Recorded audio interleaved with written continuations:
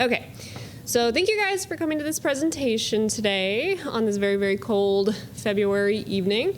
My name is Haley. For those that don't know, I'm the curator here at the Cayuga Museum of History and Art. I did a lot with the Case Lab a couple years ago. Now I focus more on the county, but today we're circling back to Case. We are going to be talking about specifically 1925, but to get to 1925, we do have to do a little bit of background research, so this might be redundant for those of you who know about the laboratory already, but we're just going to do it briefly. Excuse me. So the Case Lab was established in 1916, and it was established by Theodore Case and his father Willard, and they established it right at the property that we're sitting in today, so right next door, I should say. And they inherited this property from their cousins, the Willard family, specifically from Caroline Willard in 1916. And when they inherited the property, they found that this greenhouse on the property was a perfect location to open a research facility, so that's what they did. And they had actually opened, prior to this, a couple of home laboratories before, so in places like Casawasco, which is the Case's summer home, basically in the basement of their homes. And that was places where Case and his father would really just work on stuff together, which was kind of a fun hobby for them to do together. They were very interested specifically in electricity and chemistry. So when they opened the laboratory here, that was their main focus. So a lot of what they were doing was related to chemistry, electricity, and working with those things together. We are going to talk a little bit about a couple different things that were going on in the lab and people who worked there and sort of the coming and goings of the day. So we'll start with going over some of these images just so you can get sort of your boundary or your grounding here. So up in the top, we have Ted Case. He's sitting at his home in Casawasco, or called Casawasco, I should say, which is in Moravia. Right beneath is an image of the property as it was in the 1800s. So you can see the building that we're sitting in, which is the carriage house. You can see the building that would become the laboratory. And you can also see another building that was another greenhouse that was unfortunately destroyed, so it no longer exists. Above, we're going to talk more about this invention soon, but I would classify this as the major invention of the Case Lab because this is what made sound on film possible. So it might be like, oh, that's just a little light bulb, but that is kind of the crucial piece to that puzzle. Beneath, we have a very important man who we don't have a lot of time to talk about today, but his name is Earl Sponable. And Mr. Sponable was Case's right-hand man, his main assistant, and he was somebody who went on to work in Hollywood after his career here in Auburn. So very important, unfortunately not enough time today, but if you ever take a tour or come ask me a million questions about him, I'll be happy to answer them. To the side, we have an image of that sound on film strip. So you can sort of see what the culmination of all these years of work led to, which is a soundtrack next to a film strip that you can play simultaneously. It looks so simple to us today, but it was such a huge accomplishment for the laboratory here and for the world of film. Last but not least, we have on the side some images of a woman named Alice Gertrude Case. Her maiden name is Eldred, so she was married to Case once they met when she was working here after 1917. There is a rich history of women working in the laboratory early in the years of the laboratory, so again, not something we can really get into today, but just want to touch on that as part of the history of the laboratory as well. So when we talk about everyday work in the laboratory, I usually talk about photoelectric cells or devices that can take light and convert it into electricity for some kind of research or science purpose. So that was the main work of the Case Lab in its earliest days. So they would find a mineral or a material such as thallium, silver, things like that, and they would put them in cells like this, which you can sort of see at the top, these little discs, and they would make it such that you could use this device in another kind of electrical circuit, so to speak. It's a little bit more than we're going to get into today again, but these photoelectric devices are what got Case and the laboratory in the door of sort of scientific research in the early 1920s. So this device specifically is one of the earliest devices, if not the earliest device, that can detect infrared light, which is invisible. So it's a pretty unique invention for the time, and it was very cutting edge in the late 1910s. So other major inventions of the lab, we talked about the AEO light in the middle, which is what it's called. This little device is what actually prints or puts sound onto film because of the way that it interacts with electricity. We will discuss that very briefly in the next slide, just so it's a little bit easier to understand. But this little device fits right into this camera system, which looks very confusing, and there's lots of parts to it. But the most important part for sound is actually this little light bulb. So they all fit in together. This device is a Fox-Case Movietone camera. So this was a little bit after 1925, but I sort of refer to this as Case's legacy invention. So this is the sort of creme de la creme of the Case lab, so to speak. And on the end, I always like to talk about the infrared signal just because that was the earliest major invention of the laboratory that was created not for the purpose of Case, but for the purpose of someone else. It was made for the US Navy during World War I, and it can actually send and receive infrared messages through Morse code. Again, we're not going to get too much into it, but just know that that's very special and that it was done the earliest here in Auburn, where we are today. So I promised I would explain sound on film very briefly, and I will do so. It's a little bit complicated, but I think I have it down to a science of explaining it easily. So when you record sound, much like today, you have a microphone, as is the one I'm speaking into.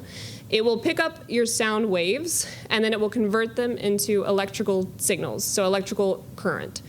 That electricity would then go into an amplifier, and the sound would be amplified thousands of times over to make it more great, so a greater signal.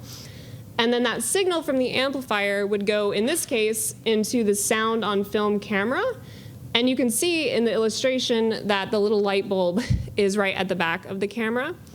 The light bulb is so sensitive to electrical change and electrical current that whenever it feels a current of electricity come into it, it will flash in response.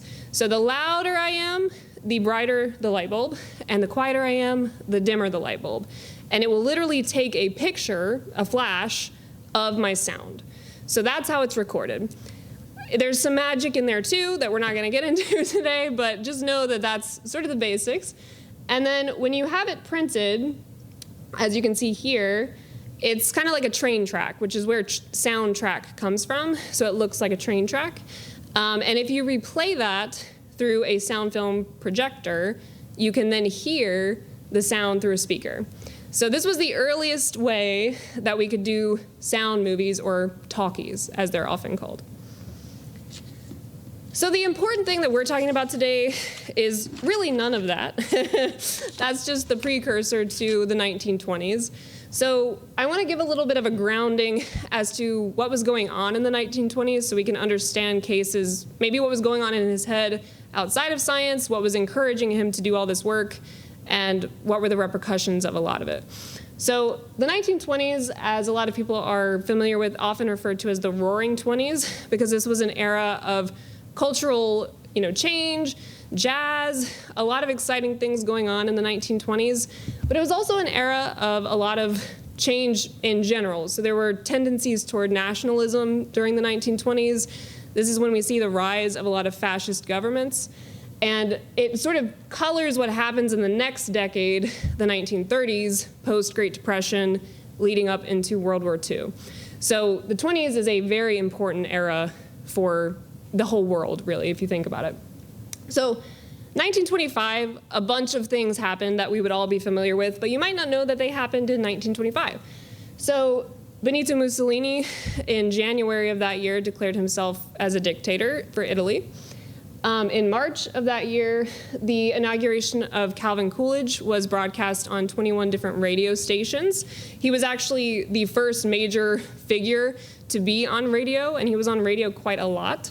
And he was also the first president to be on sound film, which is something we'll talk about a little bit later. In August, there was the first march of the Ku Klux Klan on Washington, D.C., so you continue to see those nationalistic ideals spurring up everywhere, including in the United States. And then in December, this is a fun fact because a lot of those facts are not super fun. 73,000 people paid to watch the Chicago Bears beat the New York Giants. So I'm a bit of a football fan, so I threw that one in there for me, but it's a fun fact. Other things that happened that year that kind of relate to Case just broadly, The Great Gatsby was written that year and published, so 1925 was the publication date. Whenever I talk about Case, I often kind of make a parallel with The Great Gatsby because of all the lavish 1920s things going on here at the mansion. That was all I was going to say about that. So to set the scene for the 20s, that's what was going on, and this is what was going on in 1925.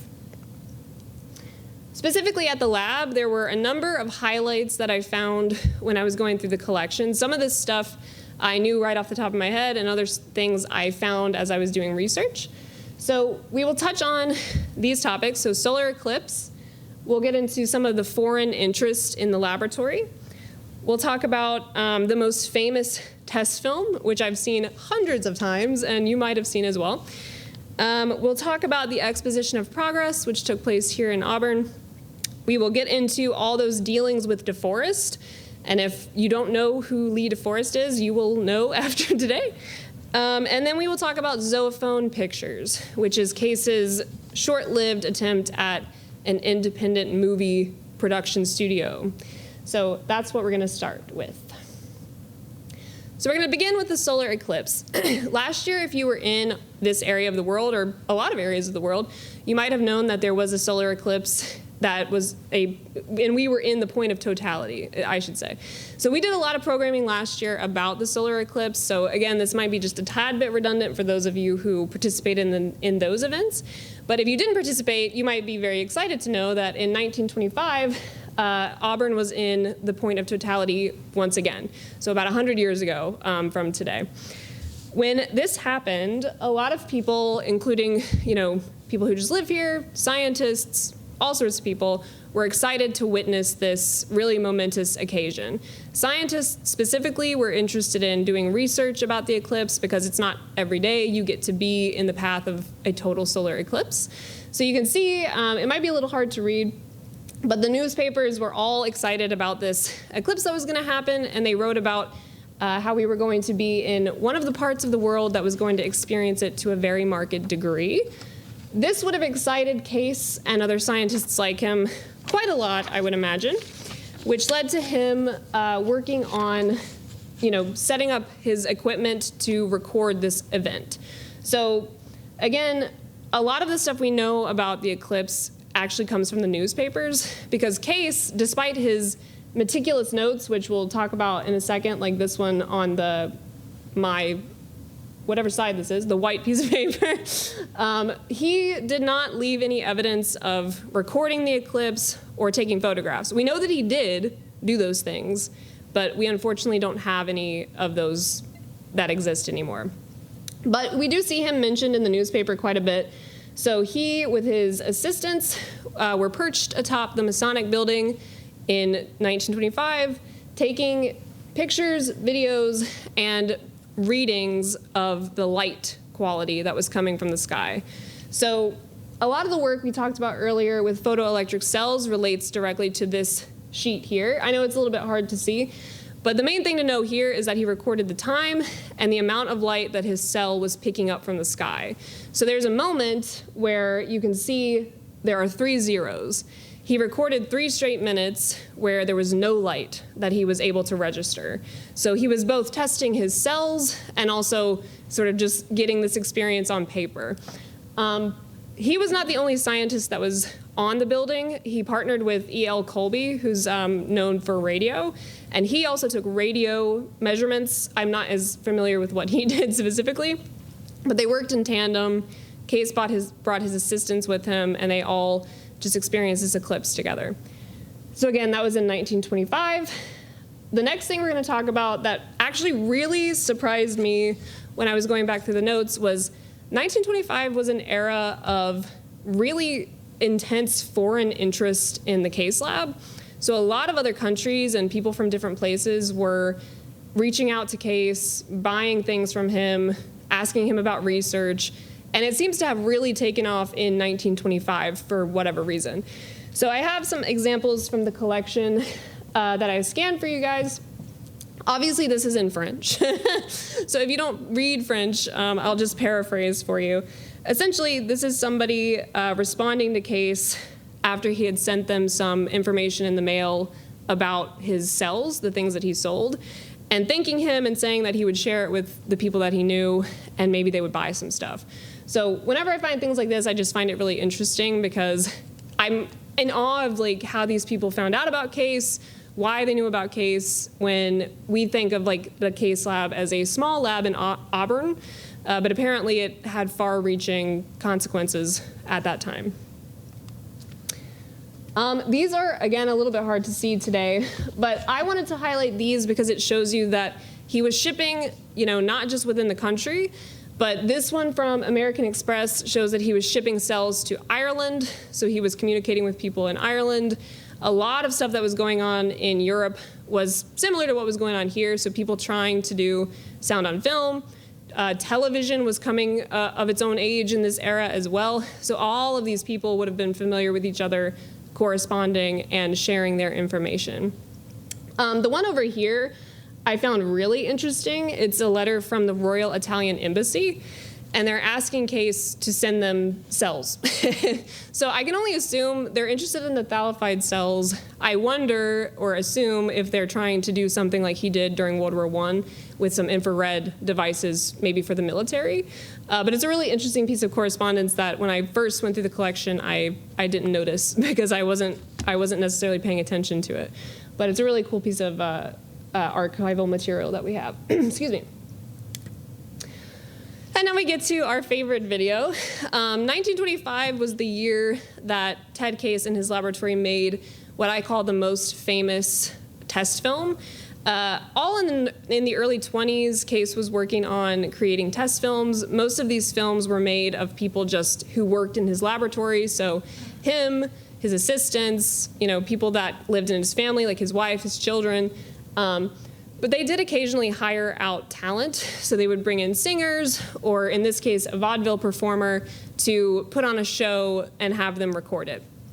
I refer to this as the most famous film because even today, we get people requesting to see it, asking questions about it. It's definitely the most popular of his films on YouTube and things like that. So it lives on to be his most famous creation. Excuse me. This man, I think I mentioned his name is Gus Visser. We don't know a whole lot about him other than that he was a vaudeville performer. He didn't leave much of a legacy behind other than that. But we are going to watch the film so that you can get a taste for it. And when you watch it, look to the left and you'll see the sound strip. So you'll actually see the sound right alongside the performance. And I hope you enjoy it. The final test we'll see, made May 12, 1925, has gained some notoriety in recent years. That's right, it's Gus Visser and his singing duck. A little song entitled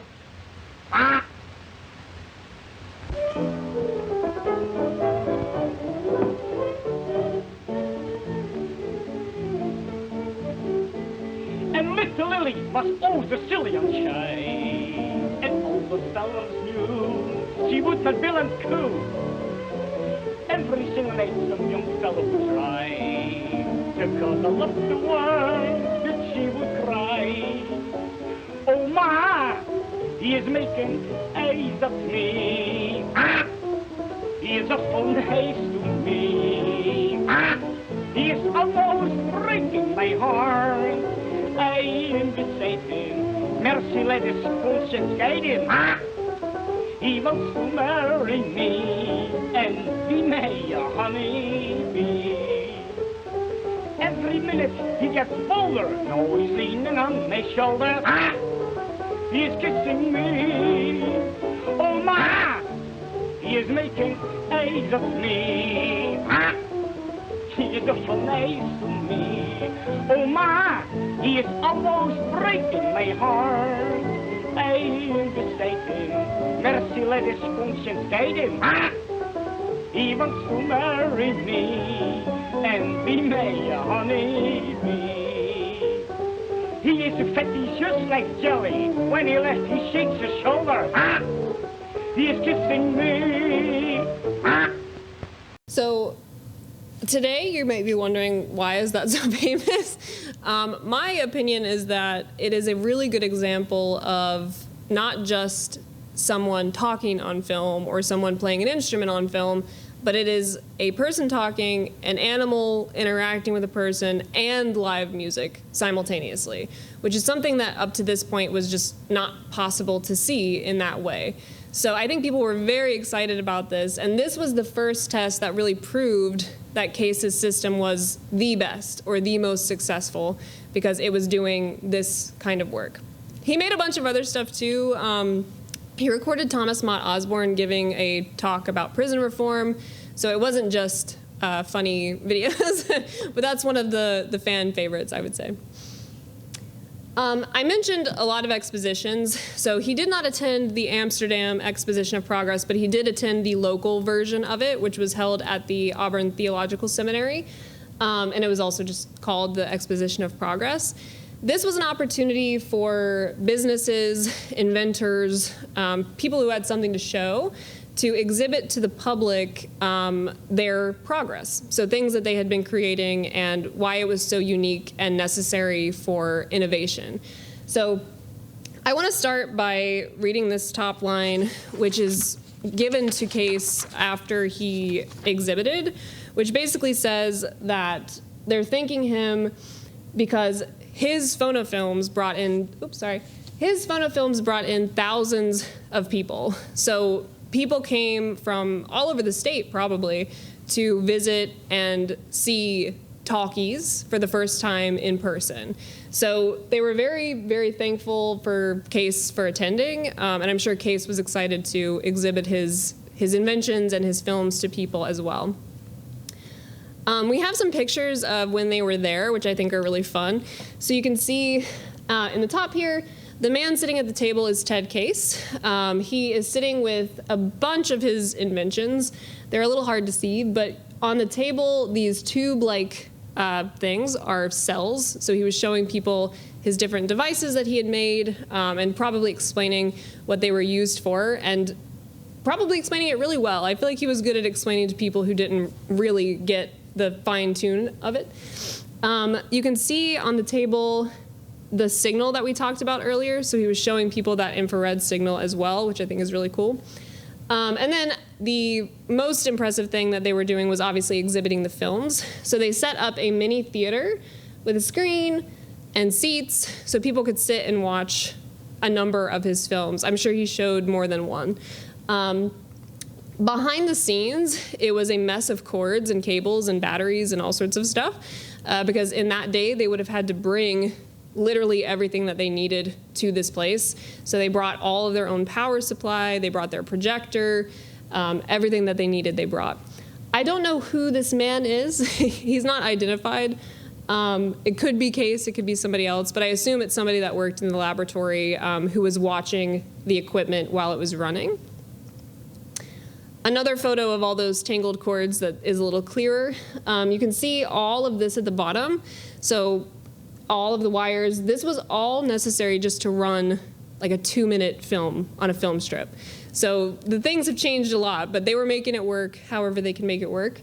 This man in the top we do know, his name is Blinn Cushman. He was a good friend of Case's father, and he worked at the laboratory from 1916 until the laboratory closed. So he was a close friend of the family, also a good worker, and he was always involved in events like this.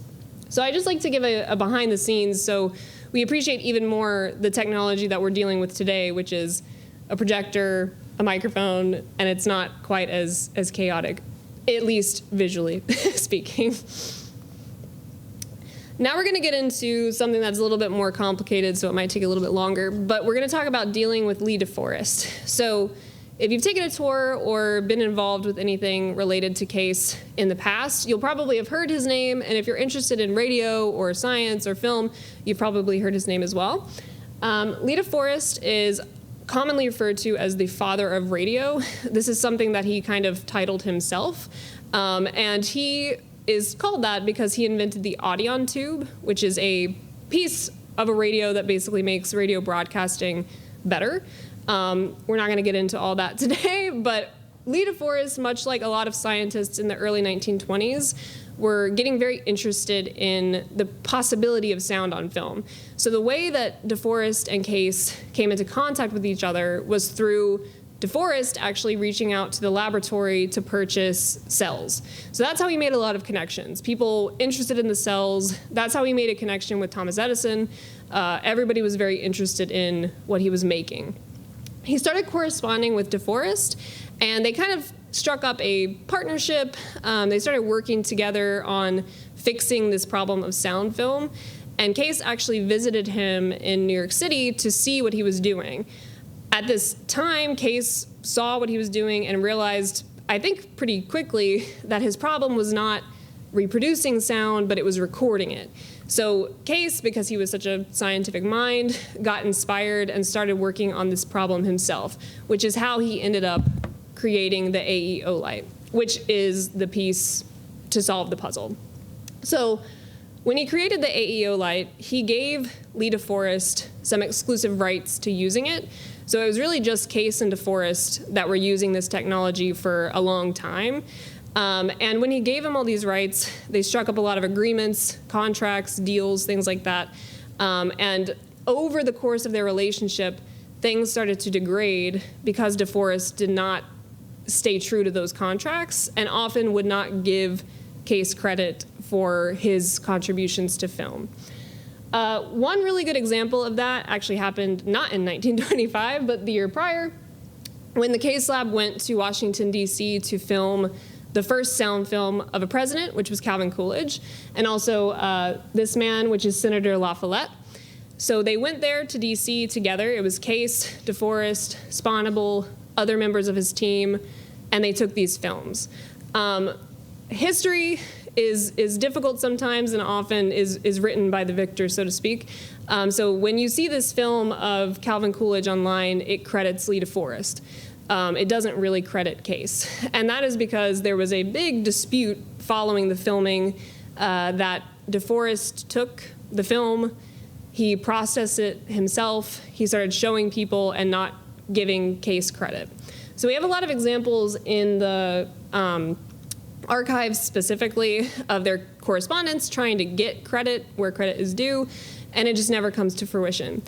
I personally believe that Case was not somebody who sought it too hard. I don't think he was somebody who was just looking for credit, but he was trying to the point where they were getting kind of feisty with each other, but it never really came to fruition.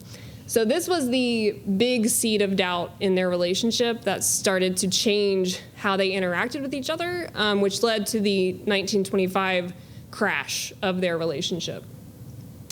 So these are hard to read, but I will paraphrase. In 1925, Case's lawyers were looking over all of their agreements, their contracts, and they realized that, again, DeForest was just not sticking true to what he had agreed to do. So despite DeForest being Case's kind of biggest partner outside of the laboratory, he decided to end their agreement. So when they ended this agreement, DeForest no longer had rights to the cells. He could no longer borrow them. He couldn't buy them. Case had personally helped fund putting phonofilms into theaters. So all of that was revoked. There was a big process of like deforesting the Case Lab at this time. It was a difficult situation for both men. I think that for Case, it kind of opened up this question of, what am I going to do independently? Because he was not a film producer. That was not really his interest. His interest was creating the technology. So the following thing that happened, I'll read this really quickly, actually. This is a much clearer example of when they start talking about the breakdown of communication, the breakdown of the contracts, and sort of what was going on. We have a really good sort of digital exhibit about DeForest if you're particularly interested in all of this, if you want to take the time to read through it all. But essentially you can see that he had failed to put some stuff into use and that they were going to split ways with the partnership. All of this, like I was starting to say, led to Case giving it a go to an independent venture, if you will, which he called Zoephone. So Zoephone was what he created out of Phonofilm following this separation with DeForest. We don't know a lot about Zoephone other than that it existed because he didn't really do anything with it. So he had letterhead that said Zoephone. We're going to watch a short video of him just saying the word Zoephone, but really he never did anything with it because between this breakup, as I call it, with DeForest and 1926, he meets another very famous man in the film industry, William Fox, and that's when he starts working with the Fox Corporation, and they create Fox-Case. So it's a very short-lived venture, but I find it very interesting that he gave it a go, and he gave it such a go that he recorded the word. So we're going to watch that really quick. It's kind of a funny video, but I like it.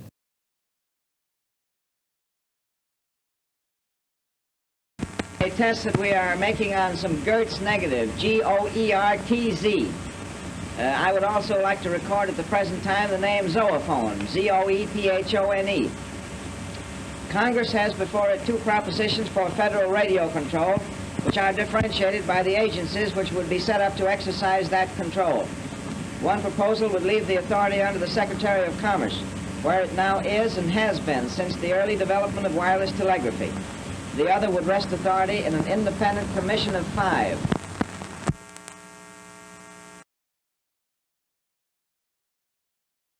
Just really random. He just recorded the word and then said some other stuff, and he was like, okay, I have it on film. So again, didn't really do much with it, but I think if he hadn't met Fox, they might have built it out a little bit more, and it would have been more of a production studio. That sort of capped off the end of his 1925 experience. So this division with DeForest, trying this independent venture, and then right before the precipice of the big production, which is the Fox-Case Movietone, which was established in 1926. They worked together until 1929. That's the year of the Great Depression started with the stock market crash. And this is sort of where, for most people, Case's legacy lives, or where it ends. So Movietone was the last big thing that Case and his laboratory were involved with. And then the laboratory produced cells and things for them through the 30s, but then eventually stopped, and they gave the property to become the museum. So that was 1925 and a lot of other stuff. Does anybody have any questions? It's a lot to digest. Yeah. Was Case a citizen scientist? Or was he considered a kind of a true, educated scientist? He was a true scientist, yeah. He was very well educated in chemistry. He was often invited to give talks at big institutions like... And he published also. He published, yeah, they published all their research about the various cells. So in our collection, we have all those pamphlets about their work. All of their patents are published, so you can see those as well and really get a good sense for that information. But yeah, he was often invited places and very rarely went. I think he was just so busy, but a lot of places wanted him to come talk. Mm-hmm. Yeah. The law firms? His main lawyer was John Tabor. So that was the name of the lawyer. I don't know all the specifics of every law. They worked with a couple different firms. DeForest obviously has his own firm as well, but John Tabor was like the main guy that he really worked with the most. That's a relatively famous lawyer in this area. Yeah, and they seem to be close. I mean, he managed Case's estate after death. He managed a lot of his living family after Case died, so all of his papers are at Cornell. Anything else? Any Zoom questions? Okay, well, if anybody thinks of a question, I'm always here. Oh. We do have one. Was Case known as a prominent member of the Auburn community during this time? Was Case known as a prominent member of the Auburn community? Yes, he definitely was. So the Case family was extremely affluent. They were very well known, and they were very established in Auburn prior to Ted Case. So his family had been here since the 1800s. His family came from, old wealth. They had a lot of wealth in like stocks. The Oswego starch factory was where they made the vast majority of their money. His grandfather, T.P. Case, Theodore Case, was at one time the most wealthy man in Auburn. So yeah, he was definitely well known. Anything else? Okay, well, if anybody thinks of any other questions, like I said, I'm always here. Feel free to reach out, and I'm happy to answer those for you. Thank you guys for coming.